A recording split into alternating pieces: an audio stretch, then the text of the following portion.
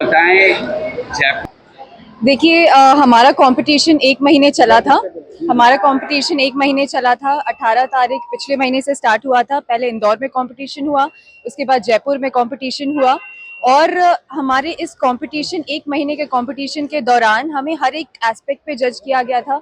हमारा communication, personality, nature, behaviour और किस तरह से हम सोसाइटी के लिए सोशल वर्क करना चाहते हैं, और हर एक तौर से हमें देखा गया था, हर एक तरीके से हमें जांचा गया था।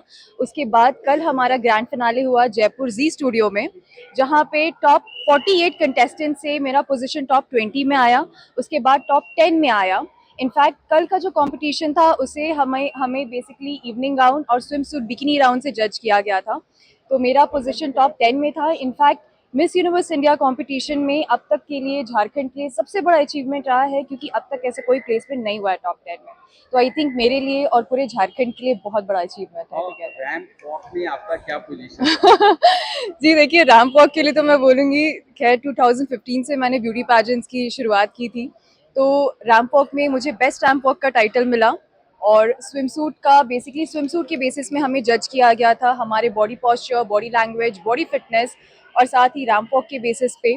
तो उसके तौर पे मुझे बेस्ट रैंप वॉक का टाइटल मिला था वहाँ पे। इतनी बड़ी उपलब्धि है, इसका क्रेडिट किसको देना चाहती हैं? देखिए, आप जब क्रेडिट की बात करेंगे तो सबसे पहले मैं अपना पूरा क्रेडिट अपनी मम्मी पापा को देना चाहूँगी, क्योंकि जब हम मॉडलिंग या ब्यूटी पैजेंट इंडस्ट्री की बात करते हैं तो बहुत कम ऐसे फैमिलीज़ हैं जो अपनी बेटियों को सपोर्ट करते हैं।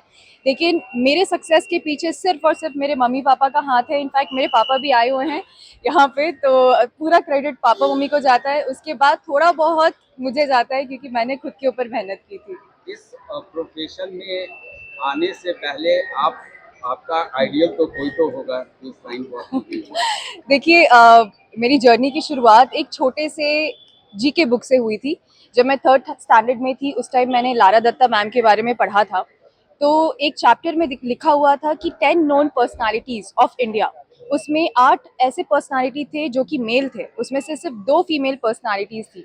तो कहीं ना कहीं उस चीज़ ने मुझे इम्पैक्ट किया कि आखिर ये दोनों लेडीज़ ने किया क्या है जिसके कारण उन्हें टॉप 10 नोन पीपल में उनको दर्जा दिया गया। तो उसमें लारा दत्ता मैम का था नाम।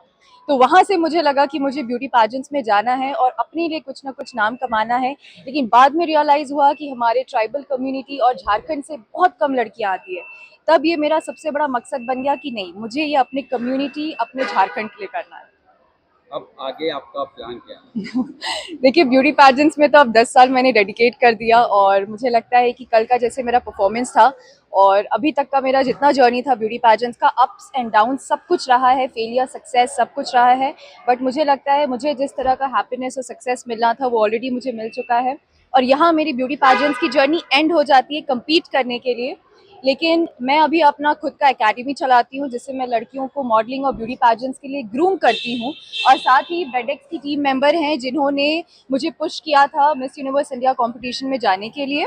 तो इनफैक्ट इनके थ्रू मैं और ग्रूमिंग क्लासेस को और बढ़ावा देना चाहती हूँ। इनफैक्ट मेरा सबसे बड़ा मोटिव है कि और भी झारखंड से ऐसी ट्राइबल लड़कियाँ और भी दूसरी लड़कियाँ आएँ। और इनफैक्ट मैं अगर टॉप 10 में आई तो काश मैं चाहती हूँ कि झारखंड से लड़की जीत के आए मेरे द्वारा।